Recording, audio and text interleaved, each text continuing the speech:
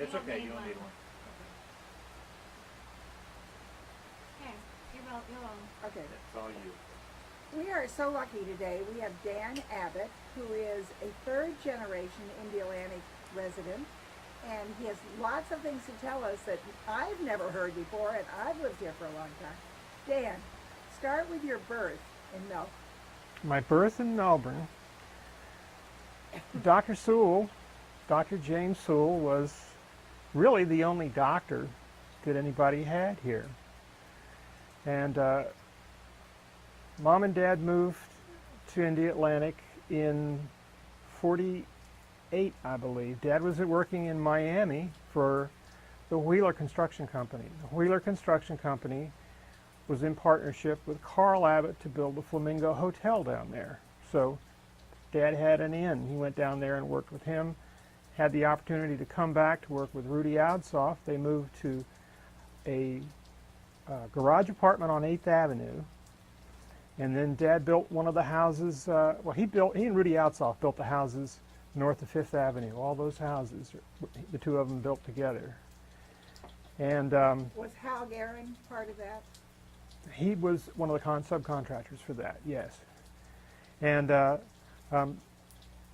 Mom got pregnant with me, and Thanksgiving Day, 1951, Dr. Sewell was out at the Kempfers deer hunting, and Mom went into labor.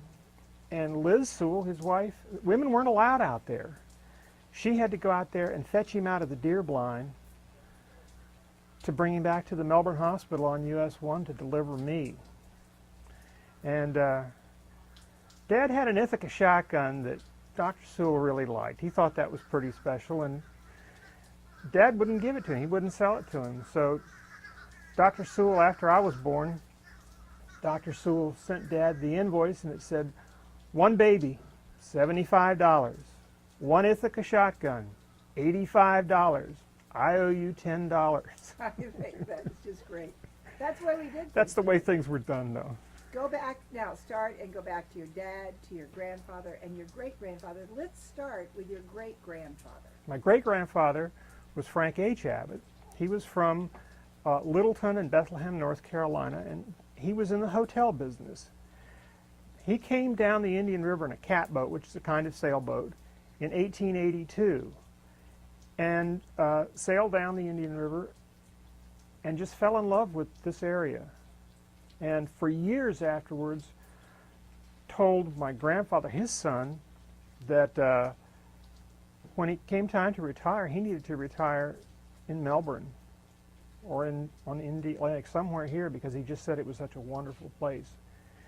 And at the time, he sailed down as far as about Melbourne and then went over to Orlando and got the opportunity to run the San Juan Hotel over there in 1890, in the late 1880s, say 1886. He ran the San Juan Hotel. Well, Orlando was a wild cow town at that time. It was just completely out of control because it was at the railhead. And then he moved to the West Coast and ran the Royal Palm in Fort Myers, which was the railhead at the time. And it was the railhead and the main port for the Spanish-American War, Fort Myers. I didn't realize that. So, and his place was right next to Edison's place in Fort Myers. So Frank H. Abbott, my great-grandfather, and Thomas Edison were best friends. And they had people come down and stay at the hotel just to be in proximity to Thomas Edison during the wintertime. So that is kind of the whole family at that time. Frank H. Abbott, my great-grandfather, and Carl P. Abbott, my grandfather, were they had resort hotels at the time. They weren't hotels like today. They were resort hotels where you'd stay for the season. Your dad's hotel was Montauk Manor, wasn't it? That was the last. later? That was the last hotel that Carl Abbott built, Montauk Manor, and actually that was the one that pretty much killed him because he was working so hard at the time. He was putting that together. But in those days, any of the hotels, people would come and stay for a whole season, and they bring all their servants and their polo ponies and their hunting dogs and the whole show and stay, and then go back wherever it was if they didn't have a winter or a summer home. And actually, with the social atmosphere of a resort hotel, it was much more conducive to having people come rather than staying at a home. So that's my family, except for me, of course. But I mean, my dad and my granddad and my great-granddad, they lived south in the wintertime and north in the summertime, every year, year in and year out. So. And then tell me about your dad, your granddad, how he then came down here. He came, well, I mean, his dad just made such a big deal about Melbourne. And he had the opportunity to buy the Indialantic Hotel. And this was at the end of his career, he thought. So, you know, he thought. So he bought what was to become the Tradewinds Hotel as a retirement hotel. He was going to, at one time, there were 42 hotels in the Abbott chain of hotels. Do you remember who owned the Tradewinds when he bought it? No. I don't either. I don't either. I really don't. This was before the war. This was in the late 30s, maybe 35 or 36. And then Dad went off in the Army, went off to war, and Carl stayed in Melbourne. And he had sold most of his hotels or his share in the hotel.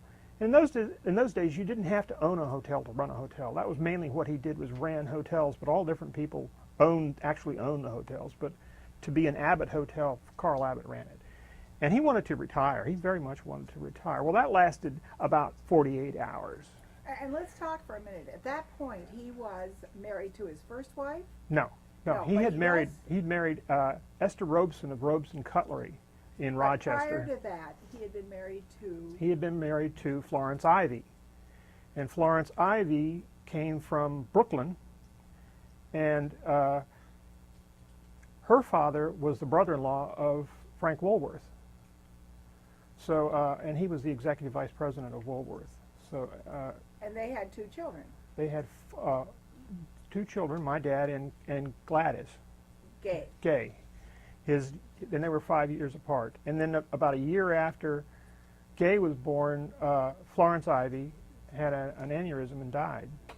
And then another 5 or 6 years, maybe 7 years after that, Carl married Esther Robeson of Robeson Cutlery from Rochester. And she was one of my mother's very best friends. Yeah. And I remember her very well. And she had a son, Carl Jr. And she and Carl. Carl Jr. Mm-hmm, had Carl Jr. But Dad knew he liked it here. I mean, he went, after the war, he went down to work in Miami for Wheeler, but he didn't like Miami, and he knew he wanted to come back here and live because of what a great place it was. So the Abbott house was at 900 Riverside Drive, and it was the end of the road. That was as far as you could go. And I know that because we went back and got our Christmas trees at the end of your grandparents' we did house. too. We We went did back too. into those, what is now South Patrick, Mm-hmm. and got our Christmas trees. Go on though. I want you to go on and talk about Carl Abbott's dreams for Indialantic. It would have changed Indialantic completely. His ideas would have made living here completely different. He had the idea to build what was the same as Hobe Sound. He had the contacts to bring the most influential families in the United States, or at least on the East Coast, here. They were going to build 5 to 10 acre family compound estates in Indialantic. And the Bahama Beach Club on the ocean and Tradewinds Hotel were going to be the center of the social activity, the social life here, for some of the wealthiest and most influential families in America at that time. Name for us, the people, because you were telling me that The Sinclairs, Sinclair Oil, Dodge Motor, I mean... he already had those contacts. Oh yeah, and they were all set, ready to go. And they didn't, I would imagine Lloyd Ecclestone didn't want to do that. He wanted to build shoebox houses, 1 million of them, as far as the eye could see, and sell them. And that's what happened instead of building Hobe Sound here. So Carl Abbott had enough of that. And he took the same syndicate of people and went up to Amelia Island. And when they were setting up, he had a heart attack and died in 1950. And Amelia Island is kind of the remnants of what that was to be. It was going to be much bigger and much more exclusive than it is now. But because he died, it kind of fell apart. Tell us though about you standing. Talk about the bridge. You know, Oh, the the br- bridge okay, the- and the social. The bridge was great. It was a drawbridge, and if a boat came through, the boat had the right of way. So the gates would go down, all traffic would come to a screeching stop, and you had 15 or 20 minutes where you didn't, I mean, you were there. There was nothing, no place to go, nothing to, so everybody would get out of the car, and it was like a social. It was, everybody knew everybody anyway. So you'd get out and you'd talk to people and sit and talk and stuff like that. And one time we got stopped, Dad and I were going across, and the gates went down and this huge yacht came through. And so we were sitting there and Dad pointed at the yacht and he goes, "There, but for a heart attack, go us." And I said, "What are you talking about?" And he said, Carl Abbott, my grandfather, being in the resort hotel business, realized after the war that the automobile was going to be the king. And people weren't going to go and spend a whole season at a resort hotel anymore. And that's one of the reasons why he sold off the rest of his hotels. And he got a hold of a restaurateur, and they were going to build motels, actually. So he figured you would be going someplace, you'd need a place to eat lunch, so you'd stop in, you need a reliable place to eat lunch so you could have a meal, then you get back in your car and you drive until the night, and you want to have a good place, a good clean place to stay for one night, not a whole season, and then you go on your way. And they had bought property to build these. They were going to be called the Jolly Coachman Inns. And they had bought property up and down the east coast of the United States. And then in 1950, while he was putting together the Amelia Island thing, he had a heart attack and it killed him immediately. So Dad told me this story while we were sitting there watching this boat, and he goes, "That boat is the restaurant owner. His name is Howard Johnson. Isn't that And, incredible? and that's his boat, and that's the way things would have been." Now, my dad didn't want any part of the hotel business. He was born into the hotel business and force-fed the hotel business for his whole life. His first night back from World War II, when he went to the D-Day and the Battle of the Bulge and all this stuff, the first night back, Carl Abbott wanted to have him working on the desk at Tradewinds. And Dad's, after spending yes sir for 4 years of his life, he said, "There's no way." Well, you didn't say no way to Carl Abbott. You just didn't do it. That was just not something that was done. He said, "There's no way. Go to hell. I'm not going to do that." And of course, that was the end of the relationship. that was for a bit. things blew up and there were fireworks. And Go on for a second, though, and talk to us about the personality of Carl Abbott. oh, he was a firecracker. Now, he died the year before I was born, but believe me, I got it in stereo from everybody. He was 5'7". He had a Napoleon complex, unbelievable. He had a blood pressure that was like nitroglycerin. He could explode and fireworks and just get seething angry at everybody, and people would run and hide and all that kind of stuff, and he would scream and yell if one thing was out of line. Of course, running a hotel, you have to have all the ducks in a row, everything in exactly the right place, and he was a showman. So, I mean, you had to have that extroverted kind of, but he could explode and everybody would run and hide, and in 15 minutes he'd cool off and everything. And Mother said that he could scream and yell at somebody in half an hour, do some of the most compassionate, wonderful things to help somebody, and have forgotten about being mad. But he was a showman.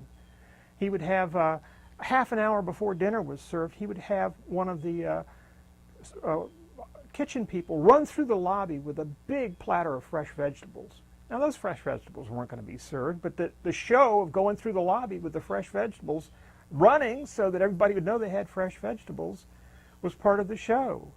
They had the Kirkwood Hotel in South Carolina, and in the evenings all the guests would assemble on the veranda out front, and all of the black help would stand in the yard and sing gospel music, sing gospel. Those were good days. Those were good, a lot different days than now. It is. Tell us a little bit, though, that you were telling me about. He was married to Esther Abbott, and I knew Aunt Esther very well because, as I said, she was a good friend of Mother's. but she was always a very quiet, self-contained, Hmm. not much of a sense of humor. Not much of a But sense tell of me humor. about your relationship with Carl Abbott's wife. Well, she was very sweet. A lot of people said she was cold, but that was just because she was so reserved. She didn't know how to be How did warm and stuff. She taught me how to play gin rummy. She taught me how to play mahjong, and my gosh. you know, all that stuff. And we would go there and spend the night, my brother and I. And she would tell us stories about Carla. And I just can't think of two different people because she was so reserved and so contained, and he was so expressive and explosive. And tell us about when she married Carl, and she suddenly had she suddenly had two children. she had two Gay children, and Frank. Gay and Frank, my dad, there had been quite a courtship and a lead up to this, and so the kids were in on it, and they were told how wonderful it was going to be to have a new mommy and all this, you know, and it was a little bit of deceit because the day after the wedding, she put my dad on a train to Mercersburg Academy, and Gay on a train to her grandparents in Brooklyn, and you know. Never the twain did meet. Yeah, and it really, I think the kids were led to believe how wonderful this was going to be, and the deceit of that, it never was repaired. There was always kind of a fissure in the family because of that. But your relationship with Aunt Esther She was always very nice to me. Now she upon her death, she didn't leave any Abbott anything like that. You know, I mean, all the stuff that was Ivy that came from Carl Abbott's first wife, my grandmother, all that stuff went away. It just disappeared. Imagine that. That happens in a lot of families. That's doesn't it? right, it does. Okay, well, I think that's fascinating. Is there anything else that you'd like to add about the stories you know, or have we pretty well? The trade winds, and I can remember this very well, the trade winds in the beach club were the social life here. Oh, yes. You know, if you wanted to go to the beach, you go up to the beach club, and they had pools there. But then, if you wanted to go to the beach, you'd be at the beach club where everybody else was, and that's where we grew up. And then in the evening, now we lived on 11th Avenue at this time. We'd moved from Michigan. I don't even remember Michigan Avenue. I was too young for that. But we lived one house in from Shannon on 11th Avenue, which was right in front of the Trade Winds Hotel. And I can remember going to sleep at night. Of course, I was a little boy. This was before my brother was born, and I was 4 when he was born. So these are very early memories for me. But the band playing at night, I could be lulled to sleep with jazz on one side and the ocean on the other. It was great, you know. So it's a good way to live. But everybody, I mean, the Trade Winds was the place to come. It was there weren't that many restaurants here, so everybody, if you were going to go out to dinner, dress up and that kind of stuff, you'd go to the Trade Winds. They had the pool there, so everybody went to the pool. Court. And they had the tennis court, Right. a red clay tennis court. Right. So if you wanted to play tennis, you played there. Right. Actually, when I got married, our reception was at the Trade Winds pool, so it was some time ago. Now, let's talk about Mr. Peak. Let's talk about some of the people. About who living remember here? about Sure. living here. Well, I can remember Morgan and Bonnie DeKalb lived on 9th Avenue. So they were our closest neighbors because nobody lived on 11th. There weren't any houses on 10th Avenue. Right. So they were the closest and they had Betsy and Debbie. This was Susan. this was before Susie. Oh, Susie came when they lived over on Palmetto. right. So, and they lived across the street from the Brookses. And Katie and Georgie Brooks were my age. Georgie Brooks, he's Right, going to because hate that. Just like Danny Abbott, little Danny Abbott. Little Georgie Brooks. And they were a year older than me. George was, and Katie was probably 2 years older than me. Katie was the same age as Betsy DeKalb and as the Sewell twins. Right. So they were all in that kind of one group up from me. And then George Brooks and Hilton Frazier and Not a good combination. not a good combination. Billy Carmichael, William Carmichael. Yeah. Billy Carmichael a friend of mine, and they lived up on Riverside, just north of Fifth Avenue. Tell us about the mosquitoes. The mosquitoes were bad. They were.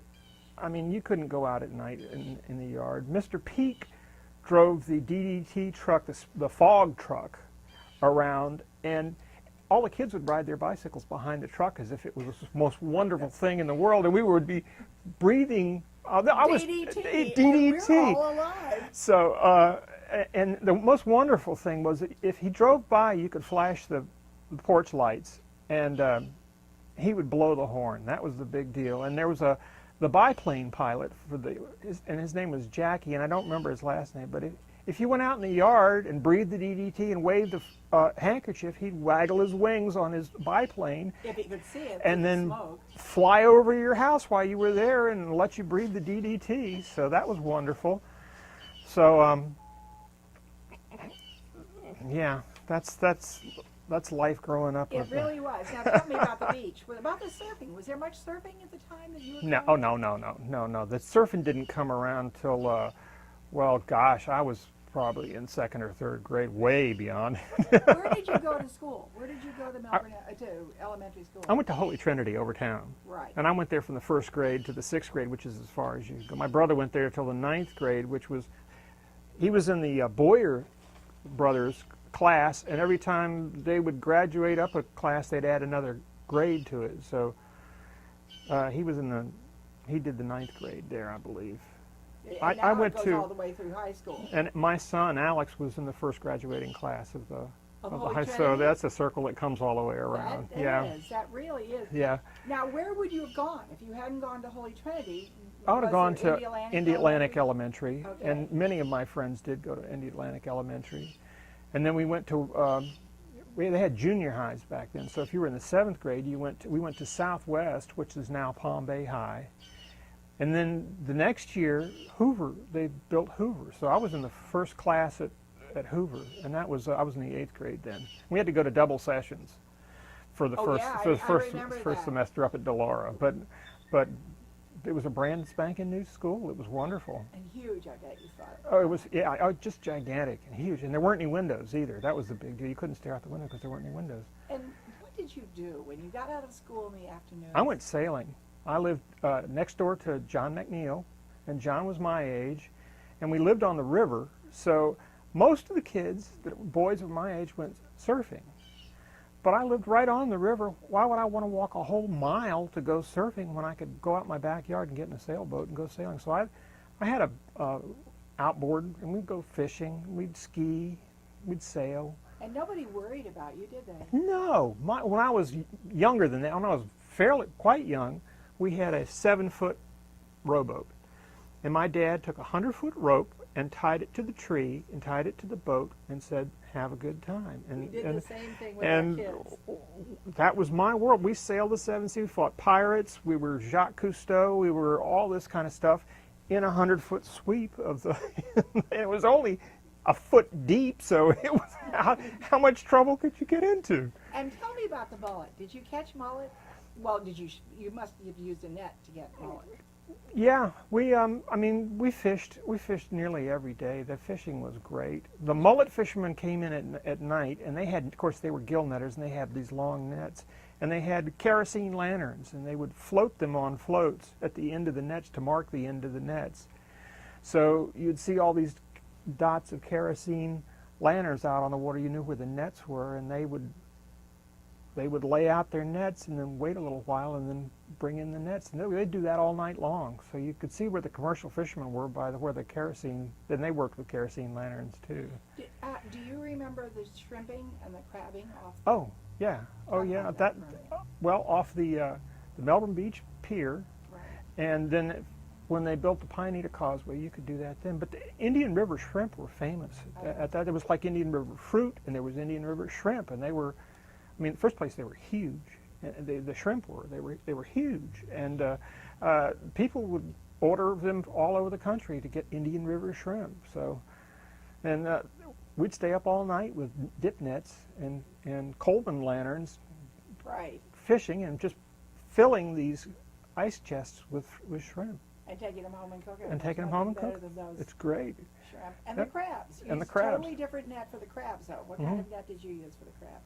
The crabs, that crab season was in the summertime, believe it or not, and we were in North Carolina. We went to North Carolina for the summer, so I never went crabbing. I did. And the nets, they weren't nets. You had to use metal things to catch them in on a long pole.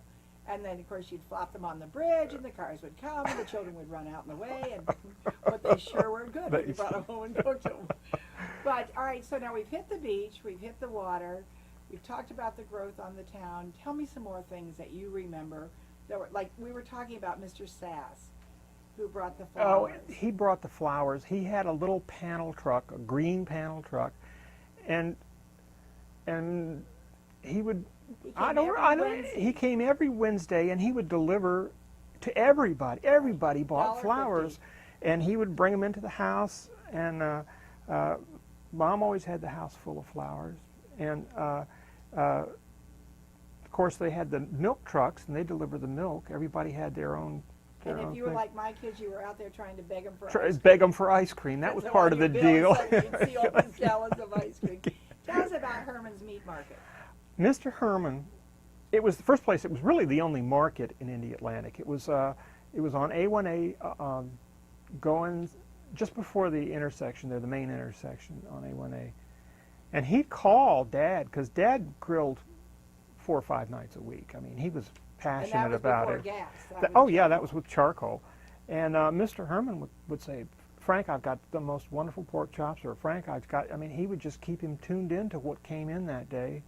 And of course, if you had to get there by 5 o'clock, because everything closed at 5 o'clock. And Friday afternoon, 5 o'clock, forget it. You weren't going to get anything until Monday morning and at 9 o'clock when everything opened back up again. And everything was closed. Everything. On Sundays, wasn't it? Everything was closed. And where did you find the doctors on Wednesday? Well, they were either fishing or on the golf course. That you couldn't find a doctor to save your life on Wednesday afternoon, or the weekends for that matter. Now, they would make house calls, which is something that doesn't happen anymore. And the doctors would come. I remember when I was a little kid, we had Dr. von Meisenbug. Oh, that was my children's pediatrician. Dr. von Meisenbug, and Dr. von Meisenbug probably, I don't know, he was probably on the run because he was in Nazi war, or something like that. But he had a very thick accent, but he would make house calls. I'd be so sick I couldn't even see straight, and he'd show up and open the mouth. Actually, I'm going to tell you who he was. He had been president of the United States Pediatric Society from Tulane, and came here with tremendous credentials, but he was incredible with his home remedies. I mean, he just was. But he was a fabulous doctor. But you couldn't understand a word he said because his language, his accent was so strong. And we had Dr. Hay. Dr. Hay, who was here, and that's where and we went to Titusville to Dr. Lichtenberger. Who did you go for dentistry? Do you remember? Stu Simmons. Stu Simmons. Then I started going to him. Stu Simmons, and he talked like Donald Duck to get you to laugh. Yes, he did. But outside of that, Dr. Sewell. And there weren't, if you had something really big, I know Dad got pleurisy, and he wound up going to Orlando because there was no way they could handle it here. If you had something really bad happen, you went to Orlando. Right. Also, if you had to do any heavy-duty shopping, you went to Orlando. Absolutely. You went out 192, and the road was just up and down like that. You had to drive 15 miles an hour because the road was so warped. But you had to do your Dad. Twice a year, he'd go to Orlando to do all of his clothes shopping because they're just, you could pick up things and stuff like that. But not much. There really was. But it really wasn't heavy-duty shopping kind of thing. Tell me what else you think I should know. I'm looking at all the things that you've told me, which is fascinating, and we could go on and on. Tell me, I'm trying to look at what else we've left out. And I think you've done a great job. Do you remember the A&W root beer? Of course. That was, I think, our first drive-in. It was. I believe it was. And it was a place, if there was the Burger King over on US 1, and there was the A&W in Indialantic, and if you needed a fast hamburger, those were the only 2 places you could go. They were 45 cents for a single patty and 75 cents for a double patty.